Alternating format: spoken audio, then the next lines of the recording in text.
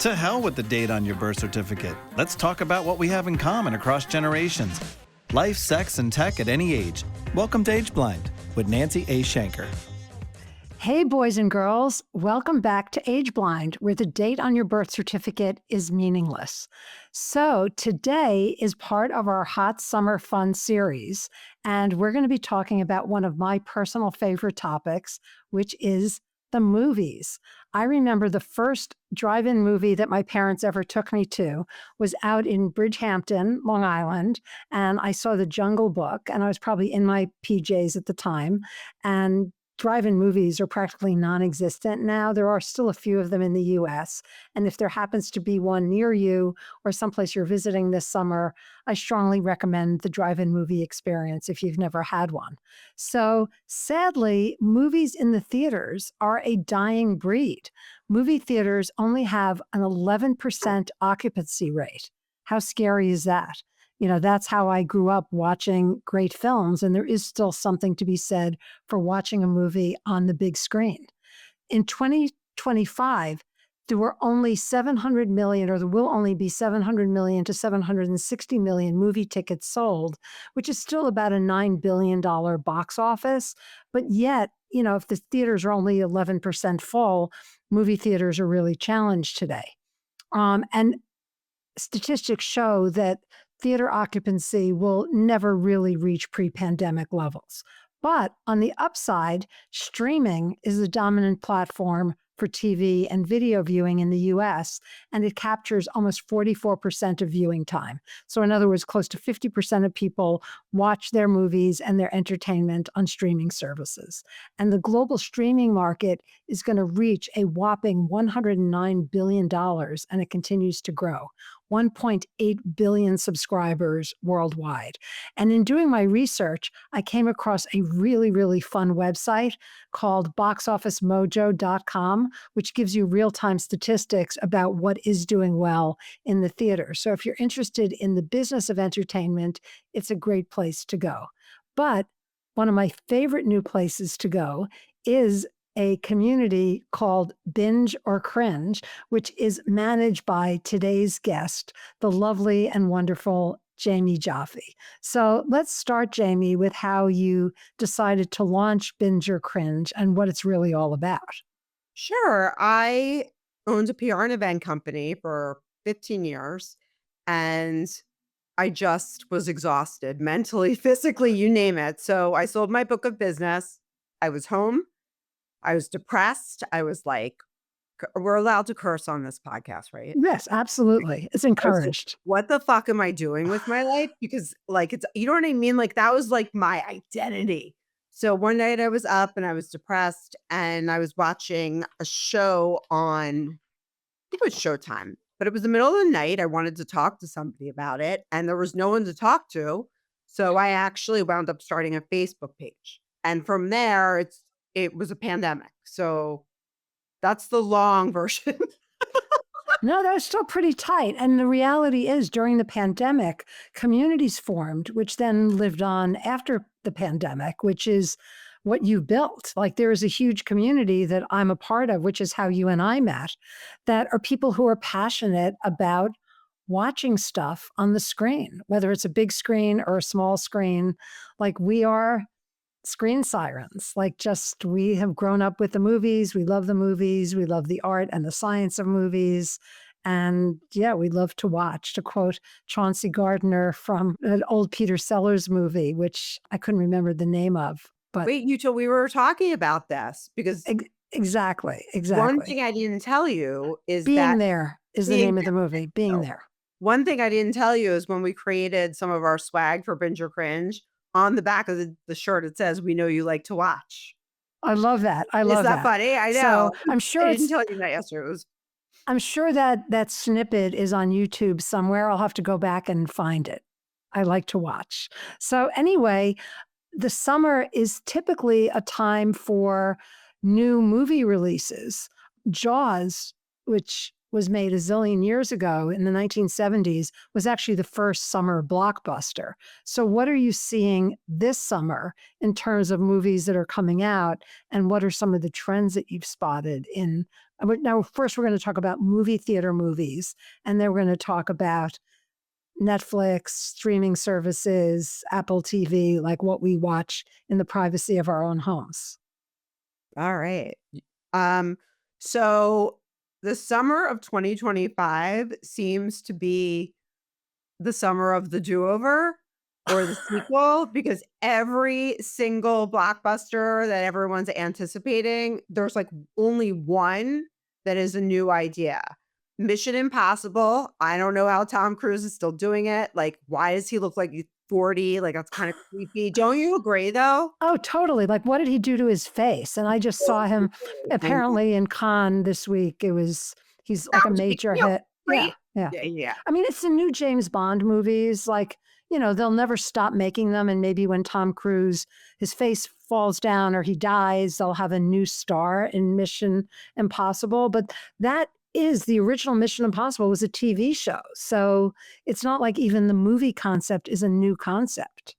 I know that he does most of his own stunts, which is the Yes. crazy. To me, that is. I mean, do you see the stuff that goes on in those movies? Oh yeah, yeah. No, a lot of actors love to do that just because it makes them feel like they're major ballers. But yes, Mission Impossible, I'm sure will be a blockbuster hit. Action movies in the Jurassic summer. World Yeah.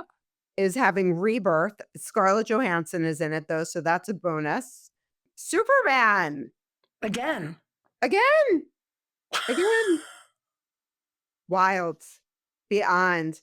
I will tell you a sequel I'm excited for, though, and Kyle's going to probably jump in any second here, is Megan 2.0. Did you ever see the original Megan? I've seen clips of it, but yes, that is something that is top of mind for a lot of people right now. Robotics, AI, people since the days of Chucky have always loved the concept of dolls coming to life and killing people. So again, not a new concept, just a new iteration of an old concept. Because when you really look at movies and streaming series, there are a handful of genres. So there's action adventure, there's crime, there's romance, there's rom-com, a subset of romance. So I'm sure they sit around the table in Hollywood just saying, all right, how is this going to fit in? And I've been watching, I don't want to jump to our next topic, but I've been watching The Studio, which is a good crossover because it's both movies and streaming, and it's a streaming series about movies. Right. And we started to watch it. I don't know, like the whole Scorsese, no spoilers, but anyway, there was one of the first episodes, I was like, it broke my heart. I think I turned it off after that. Yeah, I mean, the whole thing is kind of like an inside Hollywood joke. And as somebody who's always been fascinated by Hollywood, I find it just interesting. And I stuck with it. It's like one of those series where you watch an episode or two and go, this isn't really my vibe. But then you hang in and you're like, oh my God, this is really great. So of the movies you just mentioned, is there anything that you're particularly interested and excited to see this summer? I would say Megan 2.0. And then there's also, I Know What You Did Last Summer, which has also been remade 1,000 times. But I was a huge fan of the author as a kid, Lois Duncan. She was one of my favorites. So I always tune in. And of course, Jennifer Love Hewitt is going to be back in the role. And Freddie Prinze that they've revised 40 times already. Right. It's like when, what's her name, was in the Halloween movie, Jamie Lee Curtis. Yeah. He's amazing. Yeah. She's amazing. But that's something that's really is interesting about the movie world is that sadly, there are not a ton of new and creative ideas. So the people in Hollywood just take a look at what's done well in the box office previously and said, all right, let's bring this back and we'll do a new spin on it. So I am hoping maybe with AI, although, there's a lot of negative buzz about AI and creativity, but I am hopeful that maybe the AI will assist people in becoming more creative and saying, what are some of the, do a mashup of all the best movies of all time. And then maybe we'll find what's her name from Gone with the Wind fighting dinosaurs and sharks, which would be an interesting Well, concept is all the blockbusters smushed together. absolutely. Steve Jobs said, I think his book was Steal Like an Artist. But I do think some sequels are fantastic. But I also feel, and of course, this is me probably on a conspiracy theory, but I almost feel like they are bringing back these sequels and blockbusters to get people into the theaters. But I could be wrong, No, I think you're something I've probably always thought right. about. I mean, with an 11% occupancy rate, like if I was in a business and I only was filling 11% of my seats, if it was a hotel or an airplane, you would say, oh shit, I really have to remake my model. And I Mhm. know that the theaters, are generating revenue through paid advertising.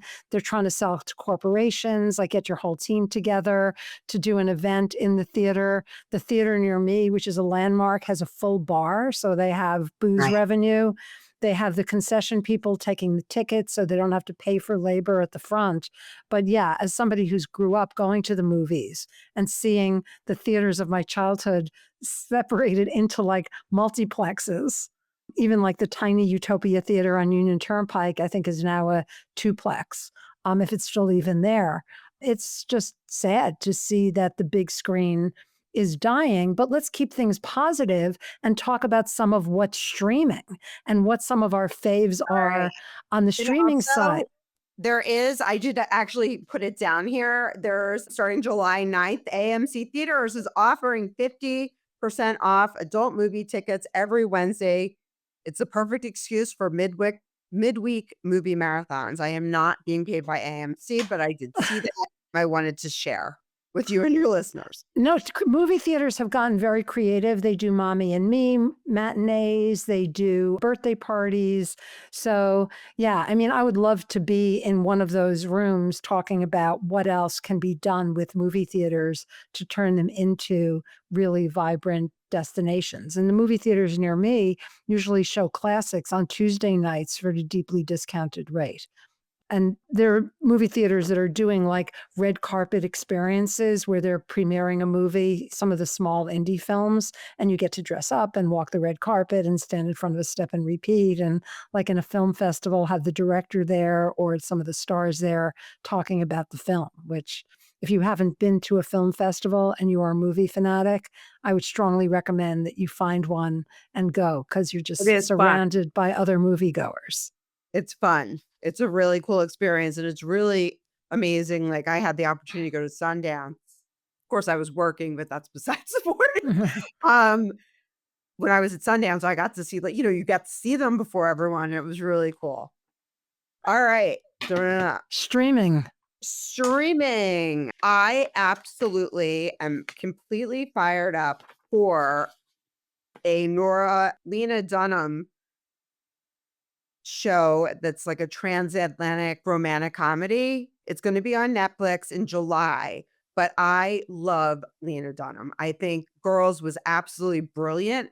And I almost said, I think originally, I almost thought it was somebody else because the other, she's just got great ideas and hilarious. And did you ever watch Girls? Oh, yeah. I was a major, major girls fanatic, and some of the talent that she discovered on that show. What's his name? Who was then in Star Wars and has gone Carrie on to. Fisher. No, that's No, the male actor that was Lena Dunham's love interest, bizarre love interest. Adam Driver. Adam Driver. Yeah, that was his breakout role was in Definitely. Girls, and he was creepy and weird and Oh, creepy. totally Adam Driver. So, yeah, I hadn't heard about that one, but yes, I agree with you. She's terrific. She's one of those polarizing, love her or hate her. She's not a typical Hollywood type. She's gained a lot of weight. She is very controversial, but as we know, women in Hollywood are few and far between. So there's a lot of hate going around for people who don't quite fit in that Wait, skinny mini Ozempic, go with the flow I mold. feel like she's so cool too. Like, I think we'd be friends. No, I really do.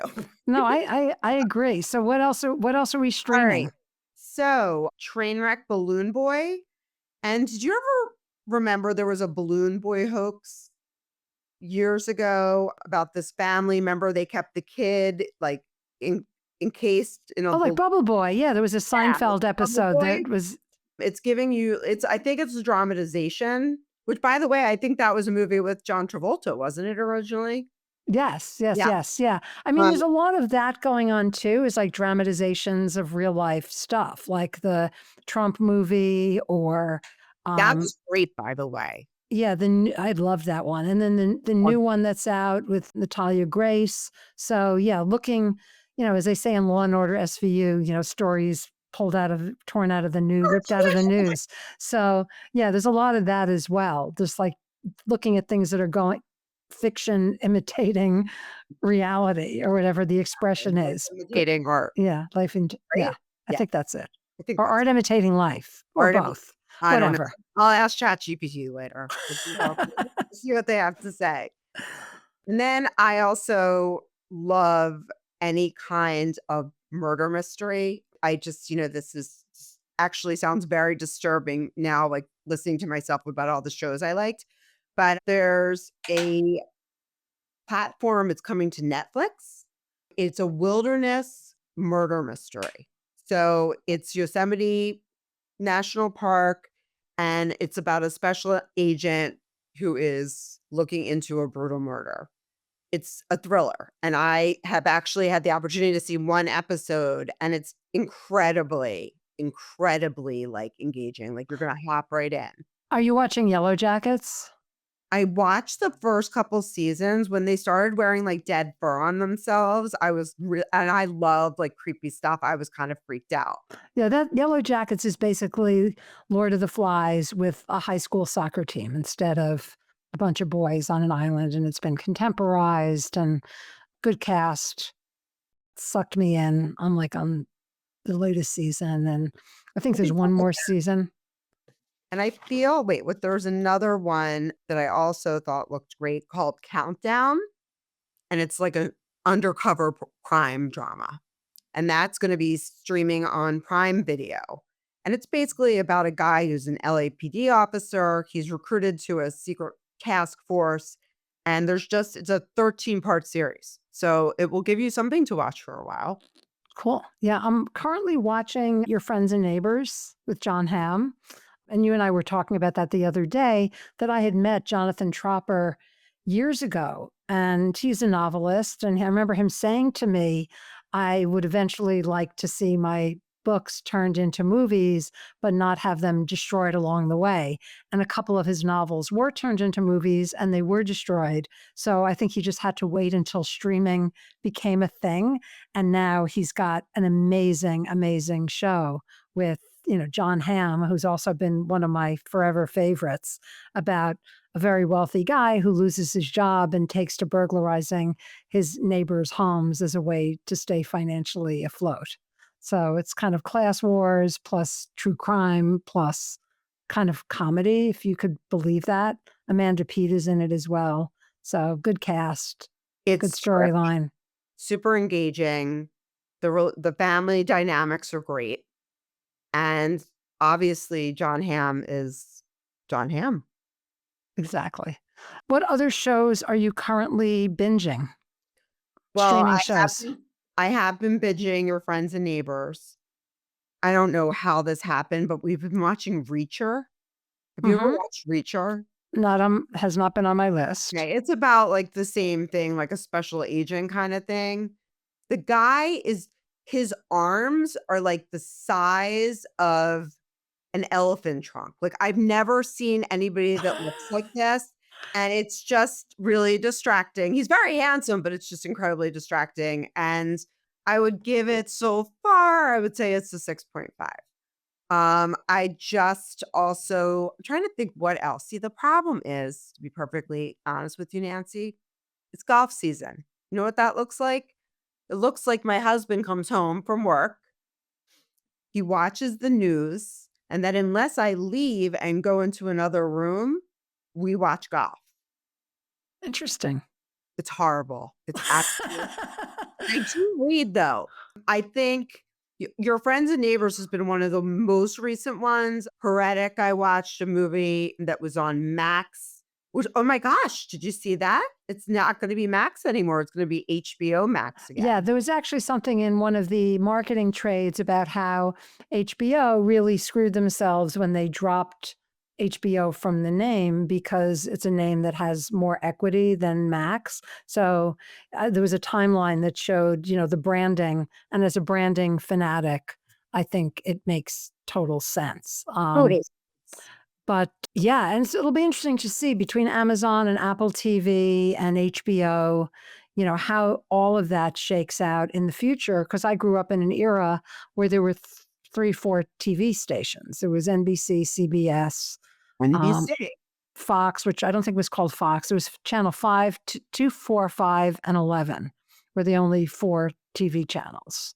So, and there was no such thing as streaming. And And no one can find anything to watch. That's the irony in all this is that people come to binge or cringe because they don't know they're go scrolling and scrolling and they want to know what to watch, which is right. And that's, you find people like Goodreads where you find people who share your taste. And then you reach out to them and say, well, I like this show.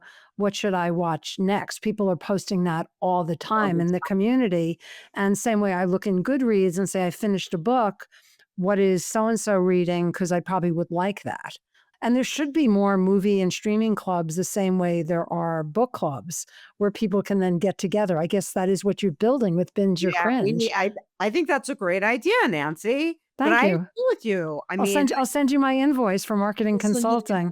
invoice. Yeah, But 'cause it's a but great I do wish that sometimes I had people to go to them. I have joined a couple of movie groups here in Arizona, but they seem very cliquey. I think a lot of people, like people who knit, also tend to be introverted. So I went with this group of people and I was like jumping out of my seat after it ended because I wanted to talk about the movie. And they all like finished their popcorn, threw it away, and ran out. Like there was no after party.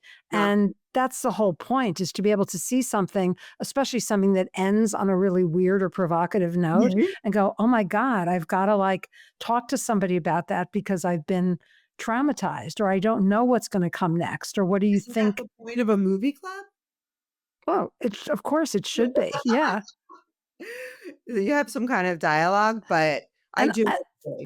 and I confess, I have a thing for really crap series. I talked about this before. I read a book last year called Cue the Sun about the evolution of reality TV. And yeah, I'm sucked into it. I watch The Bachelor, The Golden Bachelor, 90 Day Fiance, and there apparently are 14 spin-offs of 90 Day Fiance. I don't watch them all, but I watch enough of them to like know who the characters are, which is kind of scary. And my friend Casey and I will sometimes talk about the episodes. And that's like the running joke is that a lot of guys don't like those shows, but then if a woman exposes them to the shows, I love it. half the time they get sucked in. So like So Casey and I will talk on like Monday or Tuesday and go, oh my God, can you believe what's going on with the throuple? Or do you think that Sean will ultimately get married? We talk about them as if they're real people, and your like friends. yeah, like our mothers or grandmothers did with soap operas. That these are now the new soap operas, and something like 70% of TV programming is now reality TV. Well, it's cheaper to produce. So, Right. And as long as they're crazy people, there are enough characters and you have to pay actors. and there are a lot of crazy people. Huge 90 Day Fiance fan. I haven't watched all of them. I really need to get into that one gentleman, Ed, a long time ago because I don't know why he's still around. But literally, those shows it sucks you in. And I also think this season is not good, my opinion. Yeah, no, I think, like any show that's been on multiple seasons, they eventually start running out of ideas and start jumping the shark. And, they're only as good as the characters, which happen to be real life people. So let's just go back now for a minute. We've talked about the future of the movie business and what we're looking forward to this summer. Obviously, Summer of 42 back in the day was really evocative and love story. And you and I were talking about Splendor in the Grass, which is a very old movie with Natalie Wood and Warren Beatty.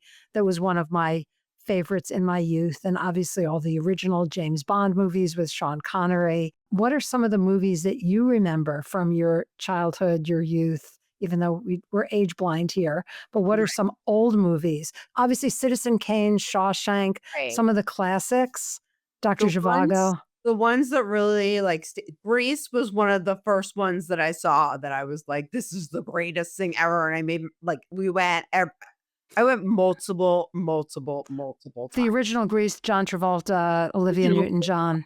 and also Grease too, to be honest. I like there was like another, and Michelle Pfeiffer was in it. I don't think Right. it's well in the box office, but I would watch both over and over. The all-time, I think also the other thing I think is so great is I love the old SNLs. I love like, all those characters, all the old John Belushi movies, totally inappropriate, just like my love of John Hughes movies, 16 Candles, Breakfast Club, Pretty in Pink. That was like my high school years. And I thought, oh my gosh, this is just, it was always such a beautiful romance. Playing Yeah. Joy Troubles. But they always, at the end, there was a happy ending. Well, that's kind of come back too. Like, I don't know if you know the novelist Emily Henry. Her Yeah. books are like combination of Hallmark films with really good sex scenes. We actually talked about it in our book episode, but some of her books are being made into movies and are coming out soon. And some of them are going to be streaming. And I think maybe one is going to be in the theater, but it doesn't really matter because a movie is a movie is a movie, whether you're watching on the big screen or the small screen. And the other movie I meant to mention, Mildred Pierce, which is, I've an, never seen that, but it sounds horrifying. I want to see the original one, not Is it the Eddie remake. thing or Joe? Who's in it? Oh, Original. that one wasn't horrifying. Mildred Pierce was about a woman whose husband leaves her. And so she decides to start baking pies to make a living. So it's an entrepreneurial story that does not have a great, I'm not going to spoil it, No, but don't it has spoil an interesting ending, but the acting was incredible. You don't really know how it's going to turn out in the end, black and white. And I just have memories of, I believe it was Joan Crawford, just like baking pies. Yeah. After Mommy Dearest was made, I could never look ever again at her the same way. But I have to tell you, it was just Mother's Day. And every Mother's Day, I send a picture of Joan Crawford and her daughter, from Mommy Dearest. Yeah. And who knows, who knows how accurate that depiction was. Yeah, Like you sure. never know. And again, it was in an era before there was social media. So there was no real discussion around the accuracy of the portrayals. So yeah, that was interesting. And it's, from sociologically, if you look back at some of the old films, it's a real window into the soul of what was going on in America during that time. I agree. Like even just learn, the backstory and the characters and How people dressed, Exactly. Like I'll still watch, even though I'm Jewish, I'll watch what is it? Christmas Story? and Was it a Christmas Story or It's a what? Wonderful Life with Jimmy. Wonderful Life. See? Yeah, timeless. Timeless. So, but I love it. And it's just so heartwarming and simple. And it's not that, it brings a lesson. And I wanted to ask you, I don't think I've ever asked you this. Do you like Lifetime Movie Network? I used to like it's one of my go-tos if there's no SVU reruns on, if there's no 90 Day Fiance on, if there's something that I've taped or recorded that I've already watched and, or if I'm just not in the mood, like I do record SNLs if I happen to be out of town or busy or out that night. But yeah, occasionally I will watch a Lifetime movie. Yeah. No. And do you go back and watch old Saturday Night Lives or anything? Yeah, I like watching their compilation shows, like their holiday shows, like you. I love, Gilda Radner. And the other show we didn't mention is Hacks with Lorraine Newman's daughter. Right. Which That is hilarious. It is. And it's so relevant to what I'm doing as far as the intergenerational collaboration and how the two characters, who are very far apart in age and in lifestyle and in sensibility, have this really, really terrific bond. And they are only successful when they are together. And they are totally different people. But what brought me to that was Lorraine Newman of SNL. Her daughter is Hannah Einbinder, who's the star of Hacks. Yeah. So, yeah, and a lot of people probably have no clue who Lorraine Newman is But or you Google was. it. Yeah, the original SNLs. Yeah, they were classic. And, the first of their kind, and that's something I remember when MTV launched and there When were you no text music me where I was, videos before that. And so it'll be interesting to see what comes next in the world of streaming. Netflix is actually getting into the podcast business, which I think is fascinating. I think that with the shortened attention spans of consumers, we're going to start seeing more 20-minute to 30-minute series episodes as opposed to full hours. And, as long as there are great old movies, they're going to be recycled, upcycled concepts. But we don't need to remake Citizen Kane or Shawshank. We should just, I Yes. don't, I don't even feel like we needed Wicked. Like, I love The Wizard of Oz. Like, just let it be. Let it stay in Oz. Yeah, Like, exactly. No, I totally get that. Also, did you watch there's a remake of which because they're short episodes of the 4 seasons, Tina Fey. I've heard such mixed things. I love the cast, but I don't know that I want to watch it based on what I've read. What do you think?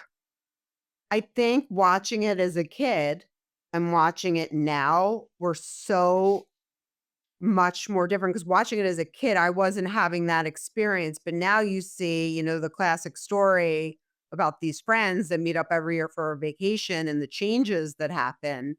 It resonates a lot more. And it was just an easy watch. I blew through it in a day. I could relate to a lot of the characters, I think.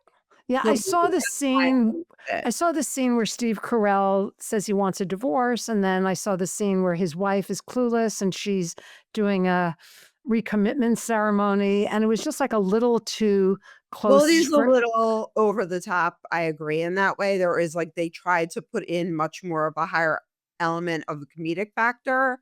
It's a little there. It's not as much of an undertone, which it probably should have been, but you can tell that it's like they're trying to make jokes.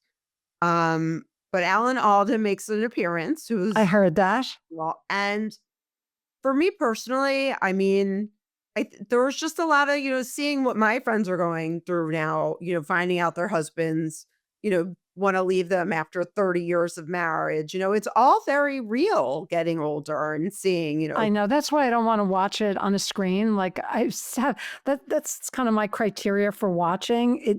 I'm an escapist watcher or when I look at movies, I'm like, am I going to have fun? Am I going to learn something? Documentaries can be great if they're well done.